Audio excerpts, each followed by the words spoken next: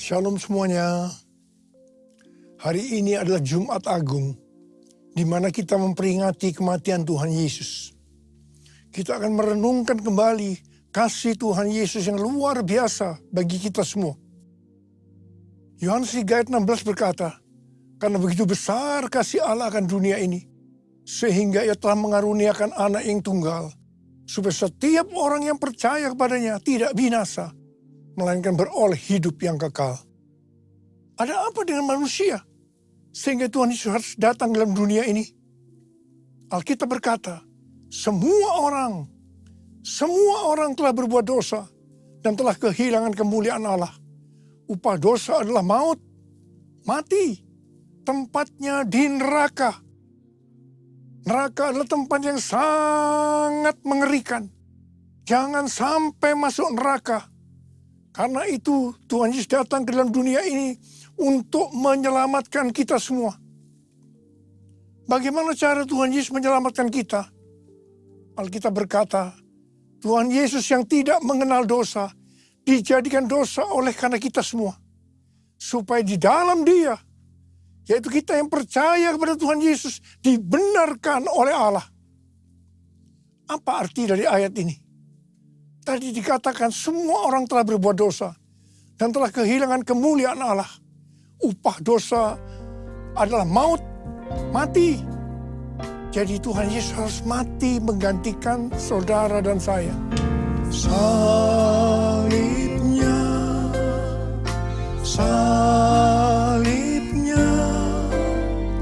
selamanya mulia. Dosaku disucikan oleh darah Yesus. Kalau kita melihat cara mati Tuhan Yesus, saya katakan sangat-sangat tidak manusiawi. Alkitab menuliskan ada 10 tahap penderitaan Tuhan Yesus. Dari Taman Getsemani sampai Golgota. Sangat mengerikan. Tahap yang pertama, ketika berada di Taman Getsemani, Tuhan Yesus berdoa kepada Bapa dalam keadaan ketakutan. Sampai peluhnya seperti tetes-tetes darah yang jatuh ke tanah. Pada saat itu seorang malaikat turun untuk menguatkan Tuhan Yesus. Tuhan Yesus berdoa kepada Bapa, "Ya Bapakku, jikalau sekiranya mungkin, biarlah cawan ini lalu daripadaku. Tetapi jangan seperti yang ku kehendaki, melainkan seperti yang kau kehendaki." Tuhan Yesus berdoa 3 kali kepada Bapa, tapi Bapa tidak menjawab. Di sini Tuhan Yesus tahu bahwa Dia harus mengalami penderitaan ini. Di sini Tuhan Yesus mengajar kepada kita bahwa di dalam doa kita boleh menawar, tapi jangan memaksakan kehendak. Bagi yang sekarang dalam keadaan ketakutan, kita harus ingat bahwa Tuhan Yesus pernah mengalami ketakutan untuk menebus dosa kita semua. Karena itu datanglah kepada Tuhan Yesus. Dia pasti mampu dan mau menolong kita semua. Tahap yang kedua, Tuhan Yesus ditangkap. Jadi dituduh dengan bermacam-macam tuduhan. Diludahi, mukanya ditinju, dipukul. Tapi Tuhan Yesus tidak membalas. Di sini Tuhan Yesus mempraktekkan apa yang Dia ajarkan kepada kita. Agar kita mengasihi dan berdoa bagi orang-orang yang membenci kita. Mengutuk kita, mencaci maki kita. Jikalau kita hanya mengasihi orang-orang yang mengasihi kita, apa jasa kita? Karena orang-orang berdosa pun juga mengasihi orang-orang yang mengasihi mereka. Tahap yang ketiga, Tuhan Yesus dibelenggu dan diadili. Waktu Tuhan Yesus diadili oleh Pilatus, ternyata tidak didapati kesalahan yang membuat Tuhan Yesus harus dihukum mati. Sementara itu orang-orang Yahudi terus berteriak-teriak supaya Tuhan Yesus dihukum mati. Salibkan dia! Salibkan dia! Akhirnya Pilatus menyerahkan Tuhan Yesus untuk disalibkan. Tahap yang keempat, Tuhan Yesus dicambuk. proses awal dari penyalipan, jubah Tuhan Yesus dibuka dan dihukum cambuk. Dua algojo bergantian menghunjamkan cambuk ke punggung Tuhan Yesus. Ujung cambuk itu terbuat dari potongan tulang dan potongan besi. Tiap kali cambuk itu dihunjamkan ke punggung Tuhan Yesus, itu menimbulkan luka yang dalam. Tuhan Yesus berteriak-teriak kesakitan. Darah Tuhan Yesus bercucuran. Tuhan Yesus bermandikan darah. Tahap yang kelima, kepala Tuhan Yesus diberi mahkota duri. Duri ditancapkan di kepala Tuhan Yesus dengan cara dipukul. Sakitnya luar biasa. Darah bercucuran. Tahap yang keenam, Tuhan Yesus memikul salib. Dalam kesakitan, berlumuran darah, ditambah semalaman Tuhan Yesus tidak tidur. Tuhan Yesus harus memikul salibnya. Tuhan Yesus jatuh, bangun, karena dia tidak kuat. Maka Simon dari Kirene disuruh menggantikannya. Tahap yang ketujuh, tangan dan kaki Tuhan Yesus dipaku. Sakitnya luar biasa. Darah bercucuran. Tahap yang kedelapan, Tuhan Yesus digantung di atas kayu salib. Pada saat itu Tuhan Yesus menderita secara lahir maupun batin. Secara lahir dia merasakan sakit yang luar biasa di sekujur tubuhnya. Dan juga merasa sesak karena ada cairan yang menekan jantungnya. Secara batin, Tuhan Yesus menderita karena Tuhan Yesus melihat semua orang yang lalu lalang menghujat dia. Ahli-ahli Taurat, tua-tua, imam-imam menghujat dia. Bahkan salah satu penjahat di sebelahnya juga ikut menghujat. Tahap yang ke-9, Tuhan Yesus merasa ditinggalkan oleh Bapa. Sekitar jam 12 siang sampai jam 3 petang, tiba-tiba langit di sekitar Golgota menjadi gelap. Tuhan Yesus gelisah. Dan dia berteriak, Eli, Eli, lama sabachthani. Allahku, Allahku, mengapa engkau meninggalkan aku? Tuhan Yesus merasa ditinggalkan oleh Bapa. Orang yang berdosa pada hakikatnya dipisahkan dari Bapa. Jadi untuk menebus orang yang berdosa, maka Tuhan Yesus harus merasakan ditinggalkan oleh Bapa, dipisahkan dari Bapa. Saya percaya ini adalah puncak penderitaan Tuhan Yesus. Penderitaan lainnya tidak ada artinya dibandingkan merasa ditinggalkan oleh Bapa. Bagi saya, kalau saya tidak bisa merasakan hadirat Tuhan, itu adalah hal yang paling berat dalam hidup saya. Karena itu saya selalu setiap hari menjaga langkah-langkah dalam hidup agar saya terus mengalami hadirat Tuhan. Kalau ada dosa, harus cepat diselesaikan supaya terus merasakan hadirat Tuhan. Saya berharap kita semua juga melakukan hal yang sama seperti itu. Kalau ada di antara kita yang sudah tidak merasakan hadirat Tuhan, dan kita menganggap itu hal yang biasa, kita harus bertobat. Tidak ada yang lebih berbahagia daripada kalau kita berada dalam hadirat Tuhan. Sebab kita berkata, di hadapanmu ada sukacita berlimpah-limpah. Artinya di dalam hadirat Tuhan ada sukacita dan kebahagiaan yang berlimpah-limpah. Tahap yang ke-10. Tuhan Yesus berkata, sudah selesai. It is finished. Ya Bapa, ke dalam tanganmu kuserahkan nyawaku. Lalu Tuhan Yesus mati. Pertanyaannya, mengapa Tuhan Yesus harus mati dengan cara demikian? Mengapa tidak dengan cara yang mudah? Dipenggal kepalanya, selesai. Mengapa Tuhan Yesus harus mati dengan bermandikan darah? Alkitab katakan, tanpa penumpahan darah, tidak ada pengampunan dosa. Untuk mengampuni dosa saudara, dosa saya. Tuhan Yesus harus mati dengan cara demikian. Selain itu, apalagi yang Alkitab katakan dengan cara mati Tuhan Yesus yang seperti itu. Yang pertama, penyakit kitalah yang ditanggungnya. Yang kedua, penderitaan kita yang dipikulnya. Dan oleh bilur-bilurnya kita disembuhkan.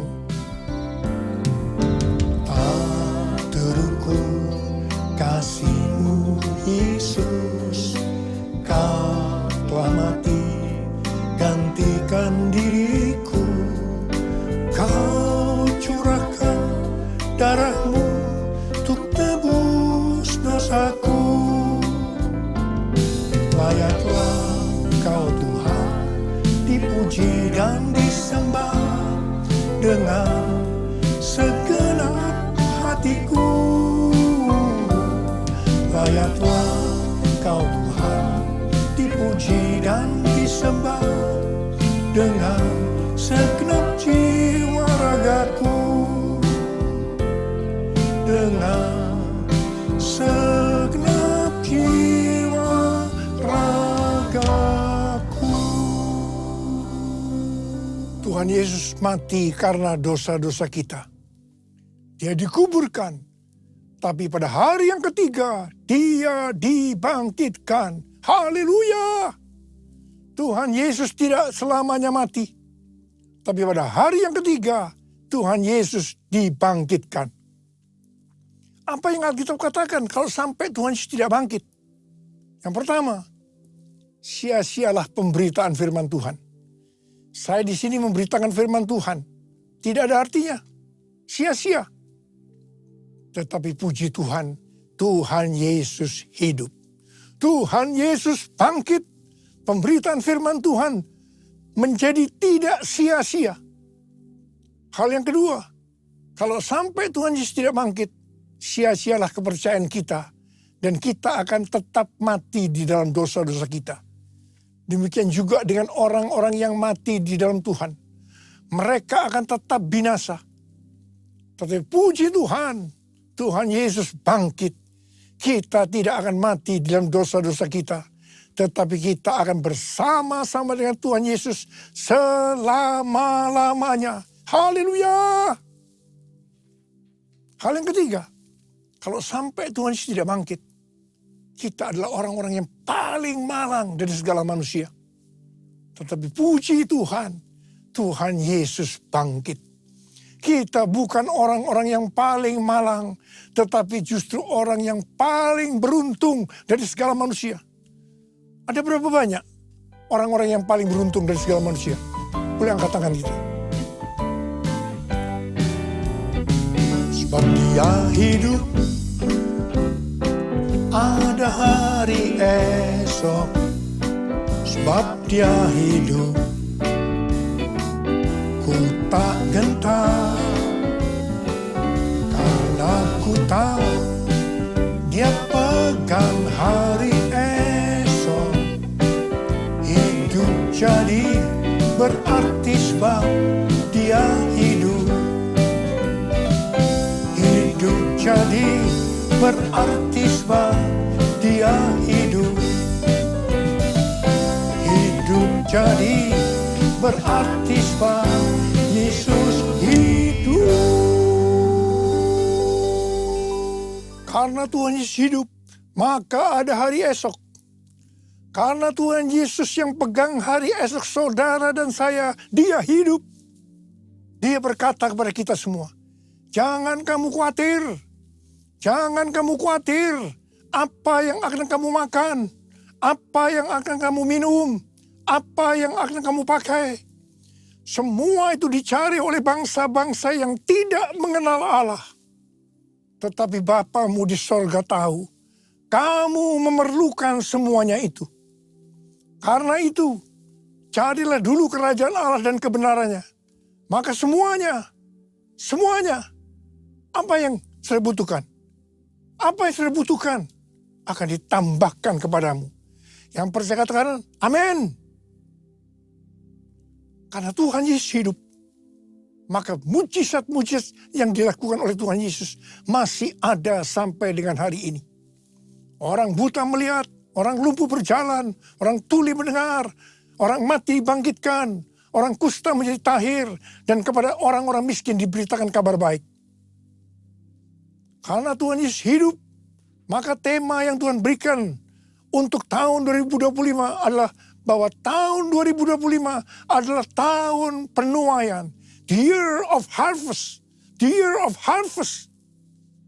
Tahun 2025 adalah tahun penuaian jiwa-jiwa yang besar. Dan yang terakhir sebelum Tuhan Yesus datang kembali.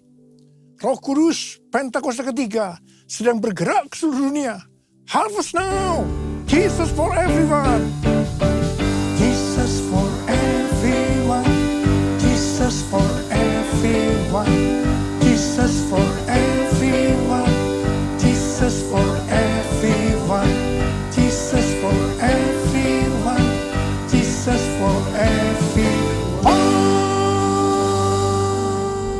Hari-hari ini Tuhan selalu mengingatkan kepada kita tentang tahun 2033. Banyak organisasi-organisasi Kristen, aliran-aliran kekristenan yang sepakat bahwa target untuk menyelesaikan amanat agung adalah tahun 2033. Sesuai dengan Matius 24 ayat 14 yang mengatakan, kalau Injil Kerajaan ini sudah diberitakan di seluruh dunia, menjadi kesaksian bagi semua bangsa. Dengan kata lain, kalau amanat agung sudah selesai, baru setelah itu tiba kesudahannya. Baru setelah itu Tuhan Yesus datang kembali. Kata baru sesudah itu, tidak ada seorang pun yang tahu itu kapan. Bisa 1 hari, 1 minggu, 1 tahun, yang jelas tidak akan lama. Sebab Tuhan Yesus berkata, aku datang segera.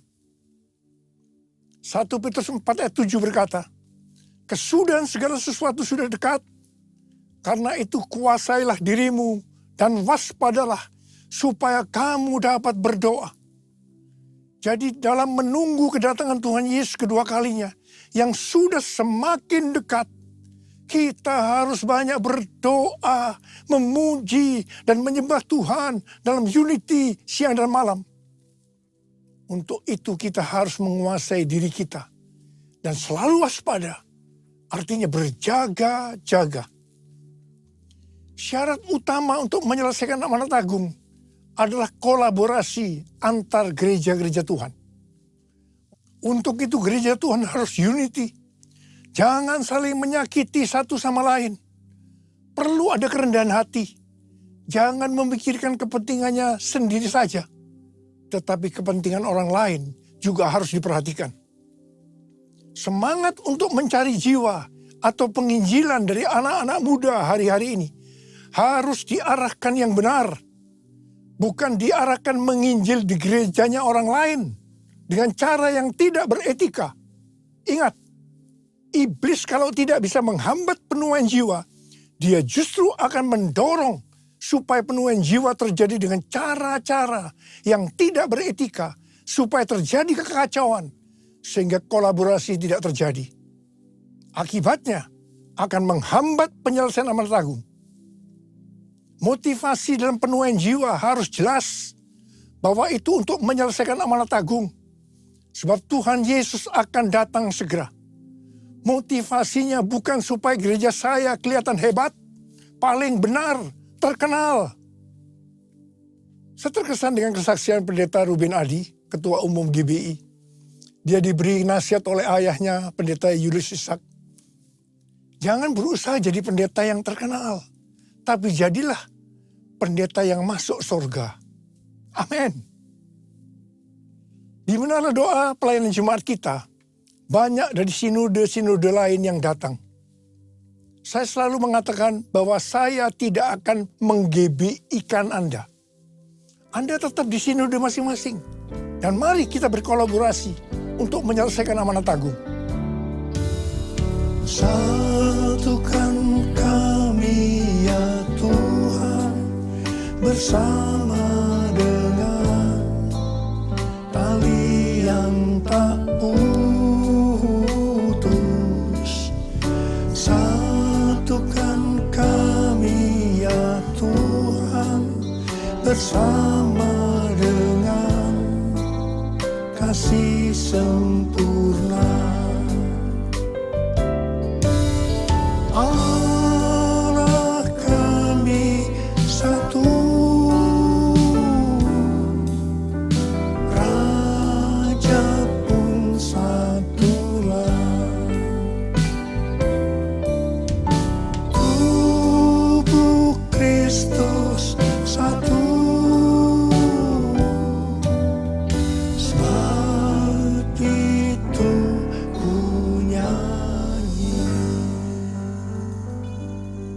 2025 adalah tahun penuaian berkat secara materi.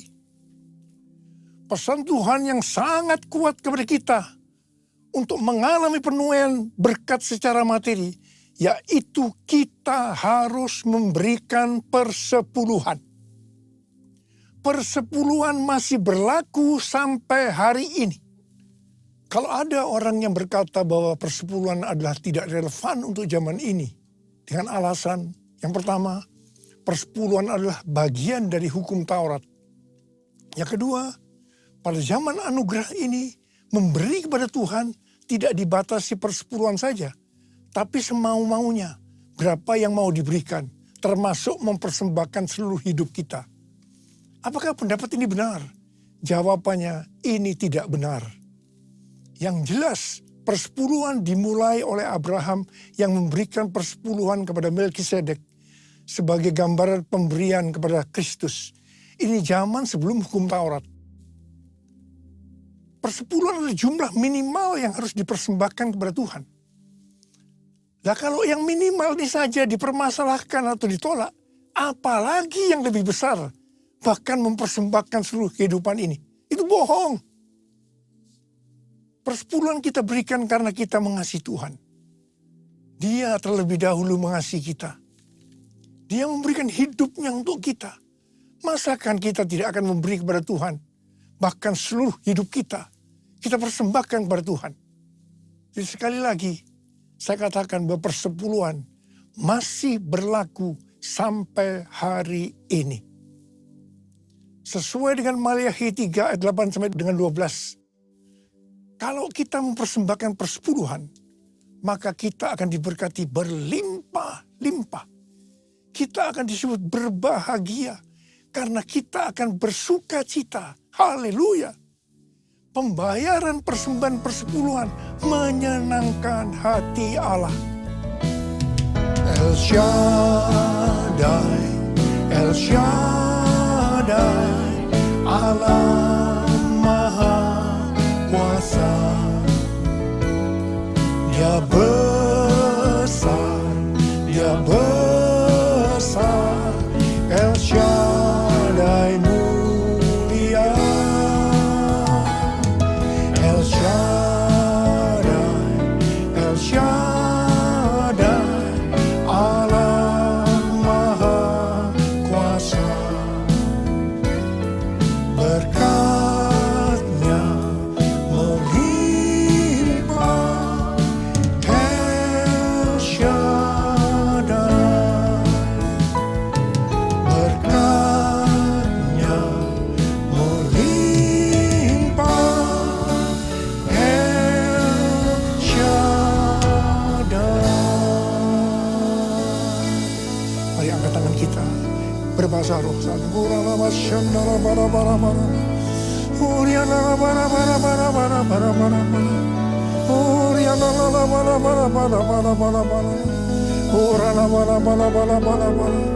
Tuhan, memasuki tahun 2025, tahun yang sulit ini Tuhan. Hamba-Mu tahu berkat-Mu melimpah buat anak-anak-Mu. Mereka yang memberikan persepuluhan akan Tuhan berkati berlimpah, limpah, limpah. Terima, terima, terima, terima, terima, terima, terima. Tuhan, makasih Tuhan. Terima kasih, terima kasih, terima kasih, terima kasih. Terima kasih, terima kasih Bapak. Terima kasih. Dalam nama Yesus, haleluya. Amin.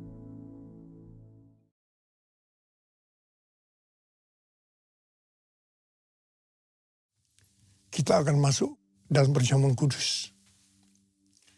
Kita akan mengingat ayat ini. Sebab setiap kali kamu makan roti ini dan minum cawan ini, kamu memberitakan kematian Tuhan sampai Ia datang. Perjamuan kudus adalah perjamuan Tuhan Yesus sendiri. Setiap kali kita masuk ke dalam perjamuan kudus, Tuhan Yesus selalu berkata, biarlah ini menjadi peringatan akan aku. Karena itu mari arahkan hati kita kepada kebaikan Tuhan. Kita akan mengingat kebaikan Tuhan. Supaya kita lebih mengasihi Tuhan Yesus. Lebih mengasihi satu dengan yang lain. Mari tundukkan kepala. Bapa, siapakah kami sebelum kami mengenal Engkau? Kami semua orang berdosa. Upah dosa adalah maut, mati. Tapi Engkau yang tidak berdosa telah dijadikan dosa oleh karena kami semua. Engkau harus turun dari sorga mulia, mati ganti kami dengan penderitaan yang luar biasa. Sungguh kalau kami pikirkan Tuhan betapa baiknya Engkau itu. Kau jadikan kami sebagai anak-anak-Mu. Engkau tuntun, Kau bela, Kau berkati kami. Engkau sembuhkan, Kau ajar kami. Ya Bapa, terima kasih. Engkau hajar juga kalau kami berbuat salah. Ya Tuhan, terima kasih. Terima kasih. Kau ampuni kami. Itu Engkau ya Aba. Itu Engkau ya Aba. Tuhan akan memberkati kita semua melalui perjamuan kudus. Tapi Tuhan mau kita makan dan minum dengan cara yang benar. Karena itu masing-masing sekarang berdoa. Lihat keadaan dirimu masing-masing. Jangan menyimpan dosa. Akui di hadapan Tuhan. Supaya kita diberkati. Supaya kita diberkati. Ampuni Tuhan. Ampuni saya. Ampuni. Ampuni kami semua Tuhan. Ampuni. Bapa, Kau lihat anak-anak-Mu. Yang saat ini sedang ada di hadapan-Mu Tuhan. Terima kasih. Layakkan kami untuk masuk dalam perjamuan kudus. Terima kasih Bapa. Kami akan masuk dalam perjamuan kudus dengan hati penuh ucapan syukur. Dalam nama Yesus. Amin. Sekarang mari angkat roti di tangan kanan kita tinggi-tinggi. Sebab apa yang telah kuteruskan kepadamu telah aku terima dari Tuhan. Yaitu bahwa Tuhan Yesus pada malam waktu diserahkan mengambil roti dan sesudah itu ia mengucap syukur atasnya. Ia memecah-mecahkannya dan berkata, inilah tubuhku yang diserahkan bagi kamu. Perbuatlah ini menjadi peringatan akan aku. Selain dikasih Tuhan, bukankah roti yang kita pecah-pecahkan ini adalah persekutuan kita dengan tubuh Kristus? Mari kita makan dalam nama Yesus.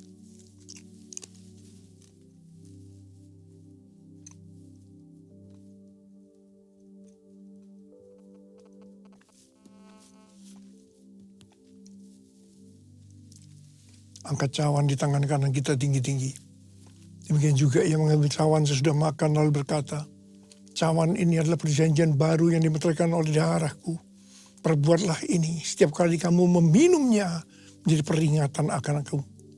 Selain kasih Tuhan, bukankah cawan pengucapan syukur yang atasnya kita ucapkan syukur adalah persekutuan kita dengan darah Yesus.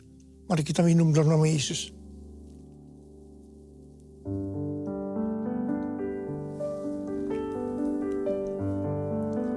Ucapkan syukur dan terima kasih dengan suara. Jangan diam. Tuhan terima kasih ya Tuhan. Tuhan terima kasih Tuhan. Tuhan terima kasih. Terima kasih ya Tuhan. Terima kasih. Bapa berdoa buat anak-anak-Mu semua. Tuhan, Engkau menjamah kami. Terima kasih Engkau mengurapi kami. Terima jamahan Tuhan hari ini. Terima. Yang pengurapan Tuhan, terima. Oh, rala-bala-bala-bala-bala. Oh, rala-bala-bala-bala. Terima kasih Yesusku. Terima kasih Yesusku. Puji syukur hanya bagi Tuhanku. Terima kasih Yesusku. Terima kasih Yesusku. Puji syukur hanya bagi Tuhanku. Terima kasih Yesusku. Terima kasih Yesusku. Puji syukur hanya bagi Tuhanku. Terima kasih Yesusku. Terima kasih Yesusku. Puji syukur hanya bagi Tuhanku.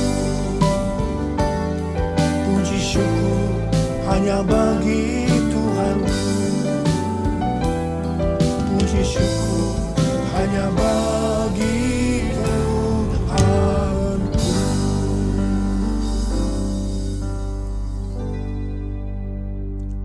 Sekarang terimalah berkat Tuhan. Kasih karunia berlimpah-limpah daripada Allah Bapa dalam Anak yang tunggal Yesus Kristus. Persekutuan yang manis dengan Roh Kudus menyertai kita semua mulai hari ini sampai Tuhan datang menjemput kita di awan-awan dan bahkan sampai selama-lamanya. Yang percaya bersama-sama katakan, amin.